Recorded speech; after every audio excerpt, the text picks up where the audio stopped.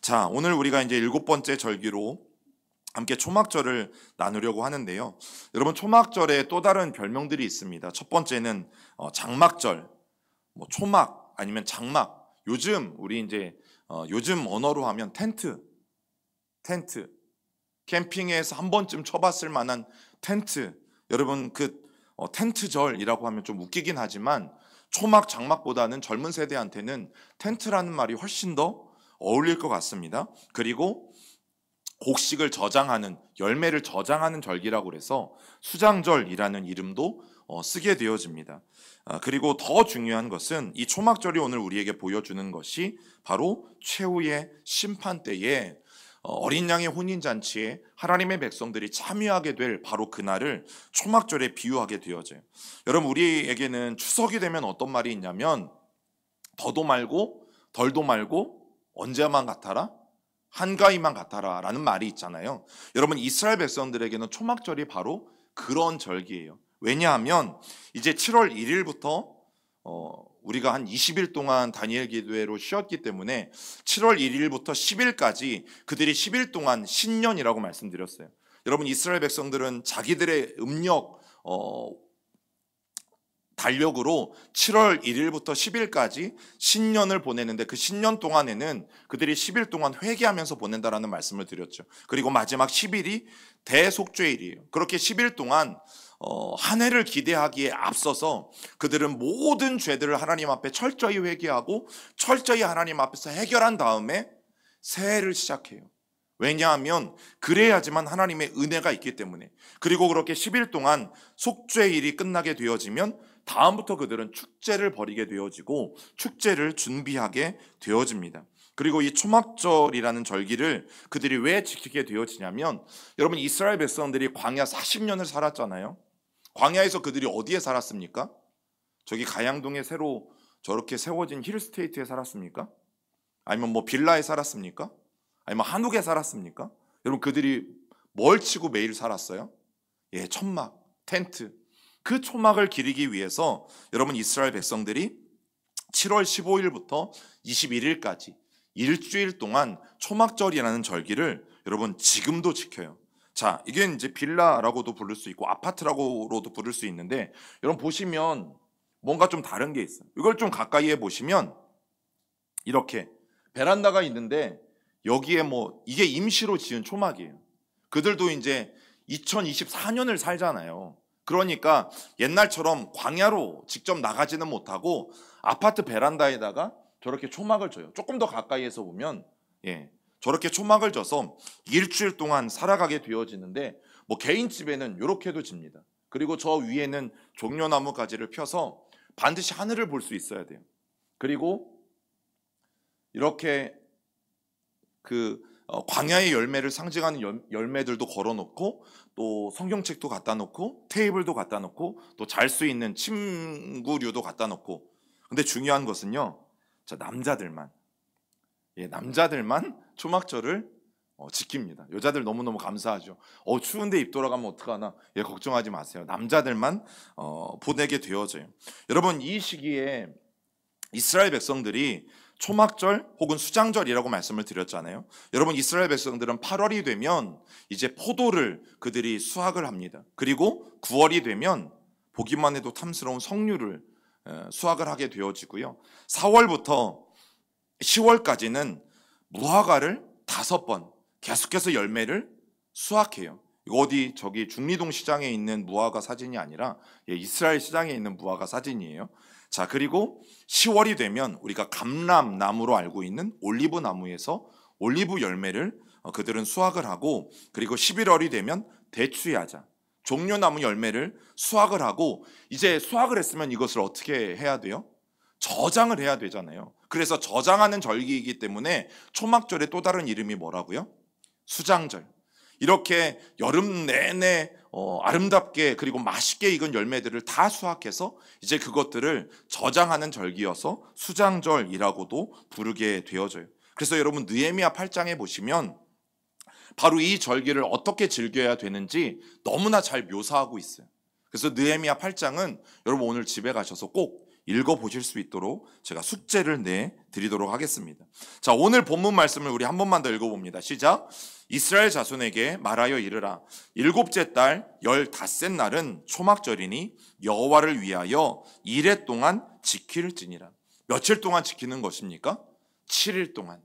저렇게 정성껏 초막절 절기가 되어지면 그들의 달력으로 음력 7월 15일부터 그들은 아파트나 빌라에 사는 사람들은 베란다에 초막을 짓고, 또 마당이 조금이라도 있는 사람들은 마당에 초막을 짓고, 그렇게 하늘을 바라보면서 이스라엘 백성들이, 즉 자기의 조상들이 광야에서 어떻게 하나님의 은혜로 살아갔는지를 그들이 또다시 묵상하고 하나님을 기억하는 절기가 바로 초막절이에요. 이 초막절을 지키기 위해서 이들에게 몇 가지 절차들이 있습니다. 첫 번째는 10일 동안 그들이 회개하는 속죄일을 지키고 10일 이후에는 이제 초막을 만들기 시작해요. 그리고 초막절에 필요한 게 뭐냐면 하나님 앞에 기도할 때마다 흔들 수 있는 4가지 식물이 필요하고, 또 하나님 앞에 드릴 과일이 필요해요. 그리고 세 번째는 하나님 앞에 헌수할, 하나님 앞에 드릴 물이 필요하고, 그들이 이제 불축제와 물축제를 준비하는 일들을 하게 되어집니다. 그리고 네 번째는 명절의 마지막 날 물축제와 불축제를 준비하고요. 마지막 5번째는 하나님의 말씀을 선포하는 것으로 이 7일 동안의 절기를 마치게 되어져요. 여러분, 특별하게 그들이 마지막으로 물을 길어서 하나님 앞에 부어드릴 때 뿔나팔도 불고 은나팔도 불면서 하나님 앞에 이렇게 외칩니다. 우리 이사야 12장 3절 읽어봅니다. 시작. 그러므로 너희가 기쁨으로 구원의 우물들에서 물을 기르리로다.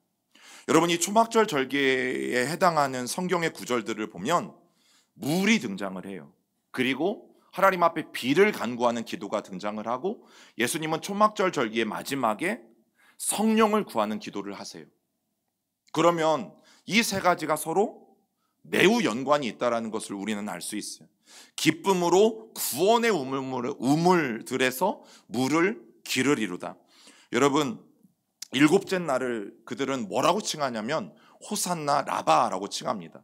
이 호산나 라바라고 부르는 절기에는 그들 가운데 있는 종려나무, 그리고 버드나무, 그리고 은매화나무, 이것들로 팔찌를 만들어서 손에 착용하게 되어지고, 여러분, 그것들을 가지고 밤 12시가 되면, 마치 우리가 이제 송구영신 예배를 드리는 것처럼 밤 12시가 되면 하늘의 문이 활짝 열린다고 생각했어요. 그래서 밤 12시가 되면 하늘의 문이 활짝 열린다는 마음에 그들이 하나님을 바라보며 간구하고 기도하는 절기가 바로 이 7째 날 호산나 라마라고 하는 초막절 마지막 날이에요. 그리고 이 초막절 기간 동안 백성들이 제단 주위를 하루 한 바퀴씩 돌다가 이날에는 호산나를 노래하면서 마치 이스라엘 백성들이 여리고성을 정복할 때처럼 마지막 날에는 7바퀴를 돌면서 또다시 호산나를 외쳐요.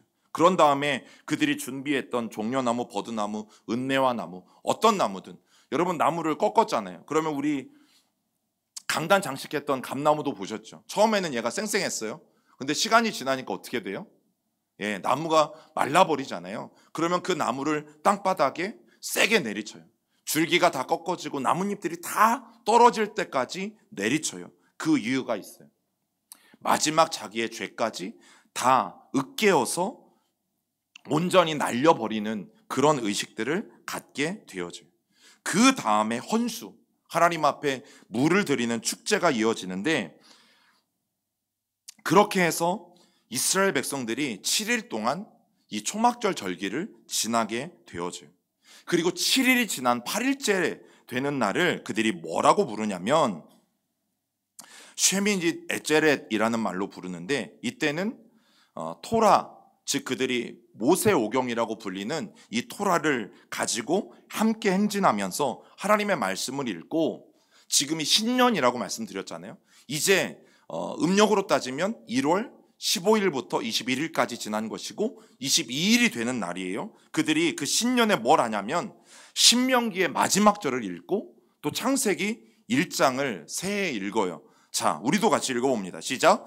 여호와께서 그를 애굽 땅에 보내사 바로와 그의 모든 신하와 그의 온 땅에 모든 이적과 기사와 모든 큰 권능과 위엄을 행하게 하심에 온 이스라엘의 목전에서 그것을 행한 자이더라. 이게 신명기의 마지막 구절이에요. 뭘 기억하는 것이에요? 하나님께서 그들을 애굽 땅에서 구해내신 것, 그리고 하나님이 얼마나 능력이 있으신지, 하나님이 얼마나 위엄이 있으신지, 하나님이 어떤 분이신지를 그들은 새해 첫날 기억하는 거예요. 새해가 될 때 기억하는 거예요. 그리고 창세기는 다 읽을 수 없으니까 우리가 1장 1절만 있습니다. 시작. 태초에 하나님이 천지를 창조하시니라. 예, 창세기 1장을 다 읽어요. 이게 새해에 그들이 하는 의식인데, 여러분 이 두 말씀에서 볼 수 있는 게 무엇입니까? 하나님의 능력이 얼마나 대단한지.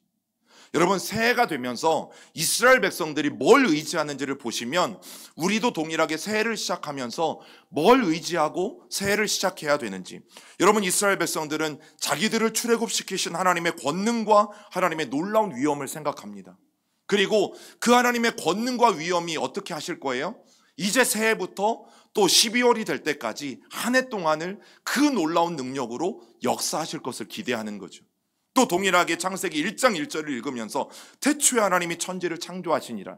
하나님은 어떤 분이십니까? 온 우주 만물을 말씀으로 창조하신 놀라운 분이시죠. 이 창세기 1장을 쭉 읽어 내려가면서 그 창조의 능력으로, 그것도 말씀으로만 천지를 창조하신 놀라운 능력으로 하나님이 1년 동안 우리를 보살펴 주실 것, 그리고 하나님이 1년 동안 우리의 모든 삶 가운데 역사해 주실 것, 여러분 이것을 주님 앞에 기대하고 소망하면서 여러분 그들이 새해를 시작한다라는 사실이에요. 그래서 이스라엘 백성들의 새해는 같이 읽어볼까요? 1. 회개로 새해를 시작한다. 며칠 동안요? 10일 동안. 여러분 너무너무 중요한 것 같아요. 우리가 새로운 하나님의 은혜를 기대하려면 저와 여러분들 안에 정말 필요한 것이 무엇입니까? 하나님 앞에 깨끗한 것. 하나님은 우리가 거룩하지 않으면 우리를 도우실 수 없고, 우리가 깨끗하지 않으면 하나님의 거룩하신 성품으로 말미암아 아무리 우리에게 놀라운 능력을 행하고 싶어도 하나님의 능력이 우리 가운데 행할 수 없는 거죠. 그건 능력이 없어서가 아니라 바로 우리의 죄가 하나님과 우리 사이를 가리웠기 때문이죠. 그리고 두 번째 읽어봅니다. 새로운 창조 이야기와 함께 새해를 시작한다. 여러분 이 두 가지를 통해서 그래, 천지를 창조하신 놀라운 하나님의 능력이 이제 새해에도 나와 함께 해주실 거야. 1년 동안에도 나와 함께 해주실 거야. 우리를 애굽의 속량 가운데서 출애굽시켜 주신 그 놀라운 하나님의 권능이 1년 동안 여전히 나의 삶을 붙잡아 주시고 인도해 주실 거야. 여러분 이스라엘 백성들이 그 마음을 가지고 그렇게 새해를 시작하게 되어지는 것이에요. 그리고 그들이 절기를 지키기 위해서 모든 남자들이 하나님 앞에 흔들면서 기도하면서 올려드릴 4가지 식물들을 준비합니다. 자, 말씀 읽어봅니다. 시작. 첫날에는 너희가 아름다운 나무 실과와 종려나무 가지와 무성한 나무 가지와 신의 버들을 취하여 너희의 하나님 여호와 앞에서 이레 동안 즐거워할 것이라. 그러면 이들이 이레 동안 초막에서 뭘 하는 거예요?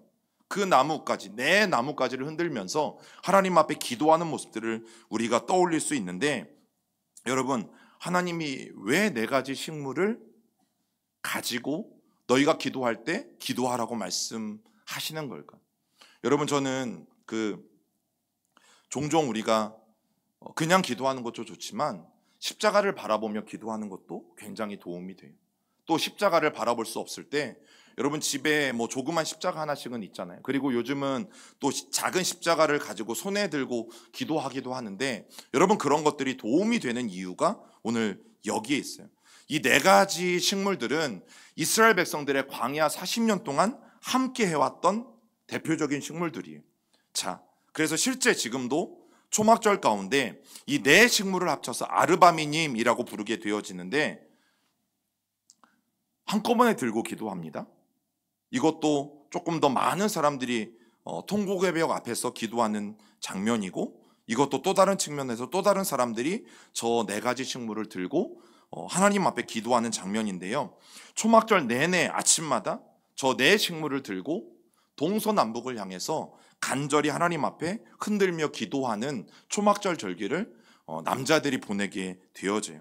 여러분 그 식물들 중에 첫 번째 식물이 에트로그, 즉 아름다운 나무실과라고 불리는데요, 향이 좋고 맛이 좋은 아름다운 과일을 상징해요.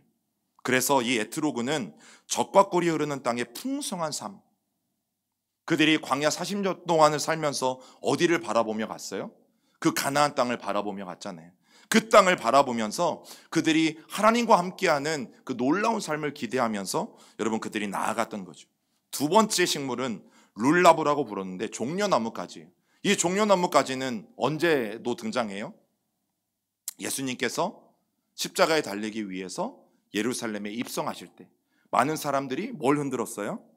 태극기가 아니라 종려나무 가지를 흔들면서 예수님을 환영했죠. 그런데 이 종려나무 가지는 광야 생활 40년을 상징해요. 왜냐하면 광야라는 곳에는 사막처럼 물이 귀하잖아요. 그런데 물이 있는 곳을 발견할 수 있는 방법이 뭐냐면 멀리 가다가 어떤 나무를 보면 알 수 있어요? 종려나무. 종려나무가 있는 그 밑에는 반드시 오아시스가 있어요. 그렇기 때문에 이 종려나무 가지라고 불리는 룰라브는 기쁨과 안식을 상징해요. 그리고 세 번째 흔드는 게 하다심, 무성한 가지라고 되어져 있는데, 여러분 적과 꿀이 흐르는 가나안 땅을 또 동일하게 상징합니다. 왜냐하면 가나안 땅에 물이 있는 곳에는 어디나 하다심의 무성한 가지들이 자라나기 때문에. 그리고 마지막 아라봇, 신의 버들이라고도 하고 버드나무라고도 하는 것, 여러분 이것은 요단강을 건넌 기적을 상징해요. 왜냐하면 이스라엘 백성들이 건넜던 것이 요단강이잖아요. 여러분 여기에 시냇가라고 표현한 이유가 뭐냐면, 제가 늘 강조했잖아요. 시냇가는 강보다 작은 개념이에요? 큰 개념이에요? 작은 개념이죠. 그런데 요단강은 실제 가보면 우리 동네에 뭐과 같냐면 시내와 같아요. 그만큼 강이라고 하기에는 너무 작고요. 시내보다는 조금 클 수도 있지만 우리나라의 시내와 너무 비슷해요. 그래서 지금도 광야에 냇가가 있으면 여러분 그 냇가에는 언제나 이 시내버들이 피어 있는 것들을 보게 되어집니다.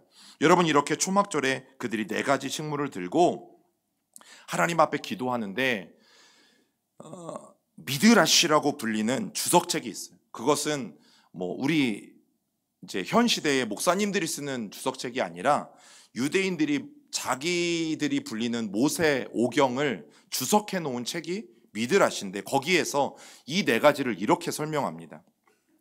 첫 번째, 에트로그, 아름다운 나무의 실과는, 읽어볼까요? 토라를 배워 아는 것도 많고 행함도 있는 유대인을 말합니다. 그래서 가장 우리가 배워야 할 사람이 에트로그와 같은 사람이에요. 그냥 올해 우리 표라고 보시면 돼요. 하나님의 말씀을 듣고 어떻게 하는 것? 말씀대로 행하는 것. 그것이 바로 아름다운 나무 실과 같은 성도들을 의미해요. 자, 두 번째, 룰라브는 종려나무 열매라고 말씀드렸어요. 이 종려나무 열매가 희한한 게 뭐냐면 맛은 끝내줘요. 정말 달아요. 그런데 향이 없어요. 그 노란 글씨 읽어볼까요? 이는 토라를 배워 지식은 있지만 말씀을 실천하지 않는 행함이 없는 유대인. 오늘날 그리스도인으로 말하면 뭐예요? 열심히 하나님의 말씀을 배워서 말씀의 지식은 너무도 잘 알아.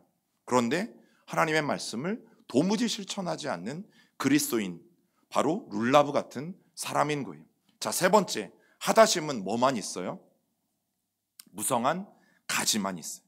이거는 종려나무 열매하고 반대예요. 향은 끝내줘요. 그런데 뭐가 없어요? 맛이 없어요. 여러분 그런 과일들이 있죠. 시장에서 분명히 아주머니가 이거 끝내준다고 해서 샀는데 끝내주지 않은 경우들이 사실 종종 있어요. 그런데 보통 저도 이제 어린 시절 어떤 과일 많이 사 먹었냐면 흔히 그 흠집 난 거 있잖아요. 값은 많이 떨어지는데, 그래서 과일은 볼품이 없는데 또 맛은 끝내주는 과일들이 있죠. 그런데 이건 반대예요. 향은 끝내주는데 맛이 없어요. 2번 읽어볼까요? 토라를 배우지 않아서 지식은 없지만 행함은 있는 유대인. 신기해요. 하나님의 말씀을 배운 적은 없어요. 그런데 이상하게 말씀대로 살아가요. 말씀을 배우지 않은 것이 너무너무 아쉬운 유대인. 오늘날의 그리스도인을 상징하는 것이 이 하다심이에요.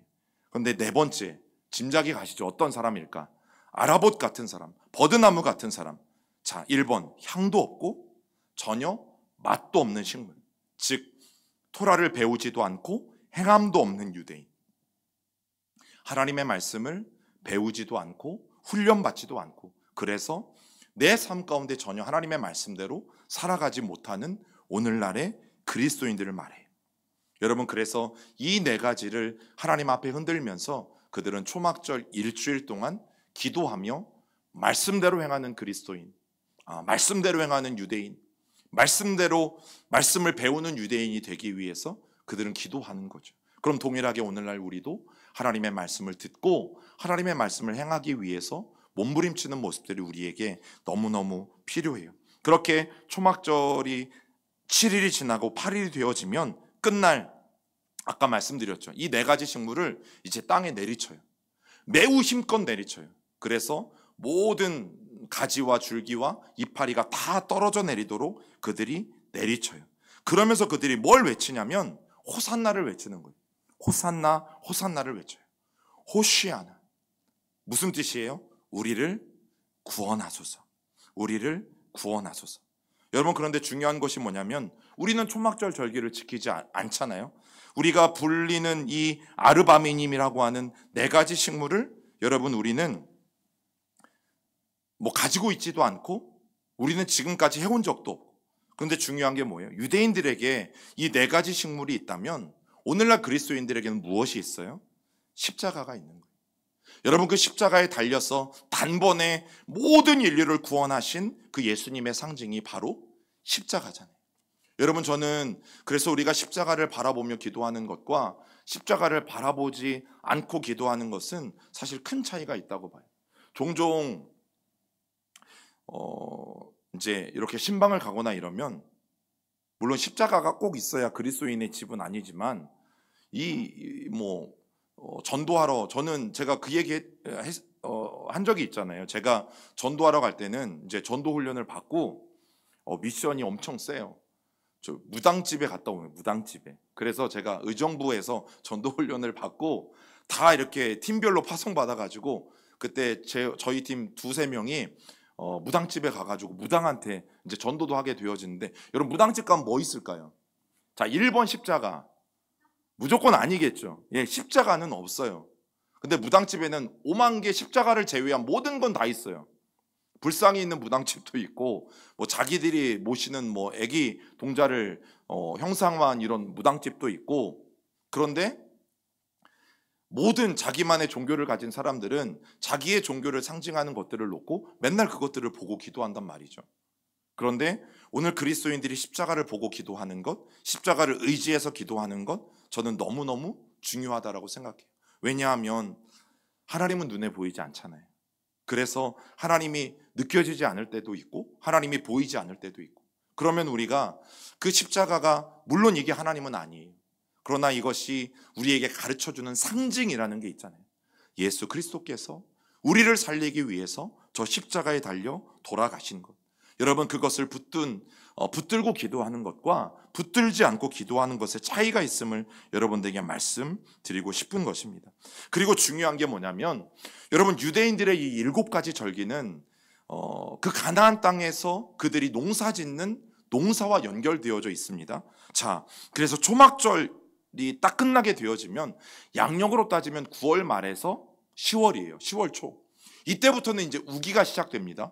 그리고 계절로 따지면 겨울이에요. 겨울. 그런데 아까 말씀드린 5가지 과일, 이게 여름 과일이라고 말씀드렸잖아요. 그런데 이스라엘의 가장 중요한 이 농작물은 7개입니다. 그럼 2개가 남았어요. 뭐가 남았을까? 겨울 곡식인 2개가 남았어요. 뭐하고 뭐가 남았어요? 밀과 보리가 남았어요. 여러분, 벼농사를 조금이라도 져보신 분들은 아시겠지만 농사를 지으려면 반드시 뭐가 필요합니까? 비가 필요합니다. 자, 그래서 이제 이스라엘 백성들은 이 모든 것이 끝나면요, 뭘 지어야 되냐면 밀과 보리를 경작해야 되는 겨울을 맞이하게 되어져요. 그러면 뭐가 필요하냐면 비가 필요한 거죠. 그래서 우기가 시작되어지는 이 9월 말에서 10월 초가 되어지면 그들이 파놓은 우물이나 샘에 물을 저장해야 하고, 또 그 저장해 놓은 물을 가지고 여름까지 먹어야 되기 때문에 그 일들을 준비해야 되고, 그래서 명절의 마지막 날에 뭘 위해서 기도하냐면 하나님 앞에 비를 내려주시기 위해서 기도하는 거예요. 자, 말씀 읽어봅니다. 시작. 시온의 자녀들아 너희는 너희 하나님 여호와로 말미암아 기뻐하며 즐거워할지어다. 그가 너희를 위하여 비를 내리시되 이른 비를 너희에게 적당하게 주시리니 이른 비와 늦은 비가 예전과 같을 것이라. 여러분, 이른 비와 늦은 비가 등장을 해요. 자, 우리나라에서는 농사를 언제 짓습니까? 언제 농사 지을 준비를 해요? 봄에 하잖아요. 4월 이때 하잖아요. 그러면 우리에게 이른 비는 언제 내리는 비예요? 봄비, 4월에 내리는 비. 그런데 이스라엘은 반대인 거죠. 이제 이들에게 이른 비는 10월에 내리는 비입니다. 가을에 내리는 비. 그래야지 밀과 보리를 내년 4월, 5월경에 수확을 하게 되어지고 그 다음에 여름 곡식들을 수확을 하게 되어져요. 이른 비와 늦은 비의 개념이 우리와는 반대라고 생각하시면 돼요. 늦은 비는 우기의 막바지, 즉 2월에서 3월에 내리는 우기의 막바지에 내리는 비가 늦은 비예요. 우리하고는 정반대이죠. 여러분, 그들이 그렇게 이른 비와 늦은 비를 위해서 기도해요. 그런데 중요한 게 뭐냐면 예수님도 초막절에 예루살렘에 오셨어요. 그리고 그 예루살렘에서 명절 끝날 비가 오기를 바라는 기도를 여러분 예수님도 하셨어요. 그런데 이 기도는 단순한 기도가 아니라 에스겔 47장과 연결되어져요. 에스겔 47장에 뭐가 나오냐면 성전에서 물이 흘러나오는 환상. 성전의 보좌로부터 물이 동서남북으로 흘러나와서 모든 광야와 모든 사막들을 적시고 그곳에 물고기가 다시 뛰어놀게 되어지고 죽었던 곳들이 다시 살아나는 그 환상들이 에스겔서에 기록되어져 있죠. 즉 예수님께서 기도하신 것은 성령의 강림이에요. 여러분, 예수님은 초막절 기도가 마지막 기도로서 성령이 이 땅 가운데 강력하게 오시기를 기도했던 거죠. 자, 요한복음 같이 읽어봅니다. 시작. 유대인의 명절인 초막절이 가까운지라 명절 끝날 곧 큰 날에 예수께서 서서 외쳐 이르시되 누구든지 목마르거든 내게로 와서 마시라. 나를 믿는 자는 성경의 이름과 같이 그 배에서 생수의 강이 흘러나오리라 하시니 이는 그를 믿는 자들이 받을 성령을 가리켜 말씀하신 것이라. 예수께서 아직 영광을 받지 않으셨으므로 성령이 아직 그들에게 계시지 아니하시더라. 여러분, 아직 예수님이 승천하시기 전이잖아요. 그러니까 아직 성령의 확실한 사역들이 그들 가운데 일어나지 않았는데, 여러분 보세요. 주님이 초막절의 마지막 날, 원래는 뭘 구해야 된다고요? 이스라엘 백성들은 이른 비를 구하는 절기이지만 예수님은 뭘 구하셨어요? 성령을 구하셨어요. 자, 여기에서 재밌는 이야기 하나를 하자면, 우리가 종종 부흥회 때 마지막 날 대표 기도자들이 늘 하는 기도가 있어요. 하나님, 명절 끝날 성경에도 큰 은혜를 내려주신 것처럼 오늘 부흥회 끝날 우리에게도 큰 은혜를 내려주세요. 그 기도가 여기에서 나온 거예요. 그 명절은 초막절입니다. 초막절의 마지막 날 예수님이 오늘 그렇게 선포하셨잖아요. 명절 끝날 곧 큰 날에 예수께서 서서 외쳐 이르시되. 그런데 예수님은 이스라엘 백성들이 간구하는 그 하늘의 비가 아니라 무엇을 구하고 계시다고요? 성령께서 우리에게 오시기를 간절히 구하고 계셨다라는 사실이에요. 여러분, 그런데 이 초막절 기간에 그들이 불축제 때 이런 기도를 해요. 자, 나는 좀 노인에 속한다. 자, 읽어보겠습니다. 시작. 오 기쁨 우리 젊은이들, 헌신자들, 지혜자여, 우리 노인들에게 수치를 돌리지 마소서. 이런 기도를 해요. 그러면 그 뒤를 따라서 참회의 기도를 하는 사람들이 이렇게 기도합니다. 시작. 오 기쁘다. 우리 노인들과 함께 젊은이들의 죄를 씻을 수 있습니다. 그리고 다 같이 이렇게 기도합니다. 네, 젊을 때 죄 사함을 받는 자는 복되도다. 죄를 지었지만 죄 사함을 받는 자는 복이 있을지어다. 여러분, 죄 사함의 기도가 이 초막절 기간 내에 또 이어져요. 분명히 그들은 10일 동안 회개의 기간을 보냈잖아요. 새해 첫날부터 10일 동안 대속죄일까지 회개의 기도를 보냈음에도 불구하고 그들은 다시 한번 이 초막절 절기를 보내면서 이렇게 하나님 앞에 기도해요. 그런데 왜 이것을 제가 언급하냐면, 여러분, 이 초막절 축제 기간에 우리가 너무 잘 아는 유명한 사건 하나가 일어나요. 그것이 요한복음 8장에 나오는데 어떤 사건이냐면, 간음하다가 현장에서 붙잡힌 여인이 있었어요, 없었어요? 이 여인이 어디 살았어요? 비례동에 살았어요? 가양동에 살았어요? 어디 둔산동 살았어요? 예, 아무도 몰라요. 그 여인이 있었어요. 자, 이 축제 후에 예수님 앞에 예수님을 시험하기 위해서 가늠하다 잡힌 여인을 종교 지도자들과 사람들이 데리고 와요. 그리고 예수님이 땅에 어떤 글씨를 쓰셨는지는 아무도 몰라요. 천국에 가서 확인하시는 게 가장 정확합니다. 그래서 아무도 모르는데 그 이야기를 쓰신 글씨를 보고는 한 사람 두 사람 그 자리를 떠나게 되어지죠. 여러분, 예수님이 가늠하다 잡힌 여인을 향해서 뭐라고 선포하십니까? 읽어봅니다.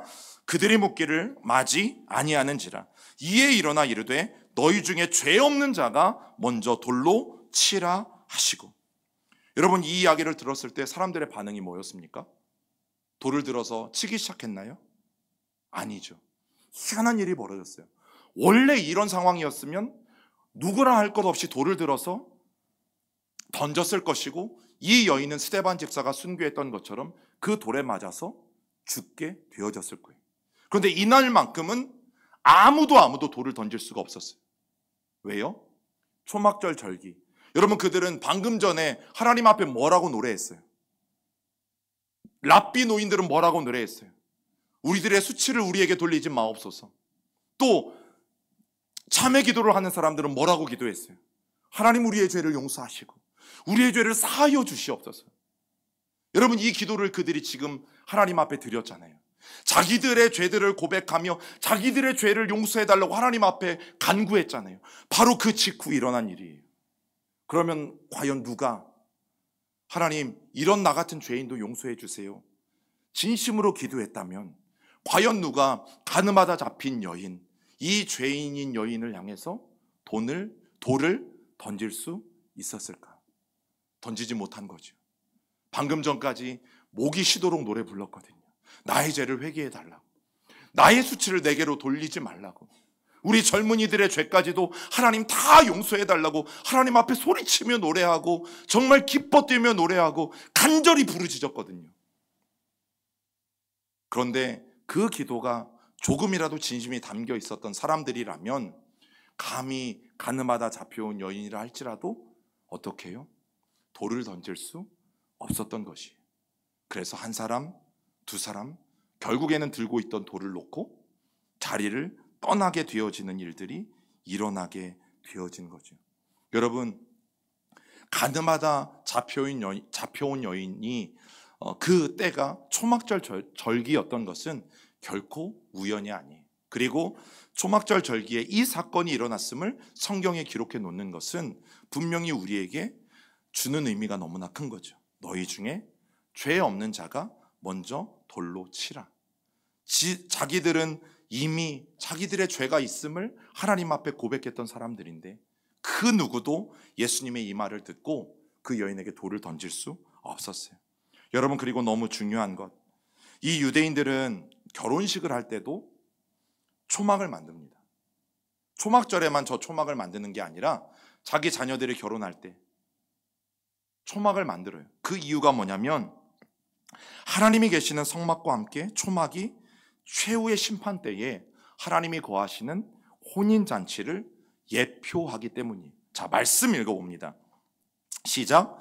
천사가 내게 말하기를 기록하라. 어린 양의 혼인잔치에 청함을 받은 자들은 복이 있도다 하고 또 내게 말하되 이것은 하나님의 참되신 말씀이라 하기로. 계속이요. 내가 들으니 보좌에서 큰 음성이 나서 이르되 보라, 하나님의 장막이 사람들과 함께 있음에 하나님이 그들과 함께 계시리니 그들은 하나님의 백성이 되고 하나님은 친히 그들과 함께 계셔서. 여러분, 바로 이스라엘 백성들은, 하나님의 백성들은 하나님과 함께 거하게 될 그 먼 훗날의 그때를 기대하고 소망하면서 여전히 결혼식 때도 초막을 줘요.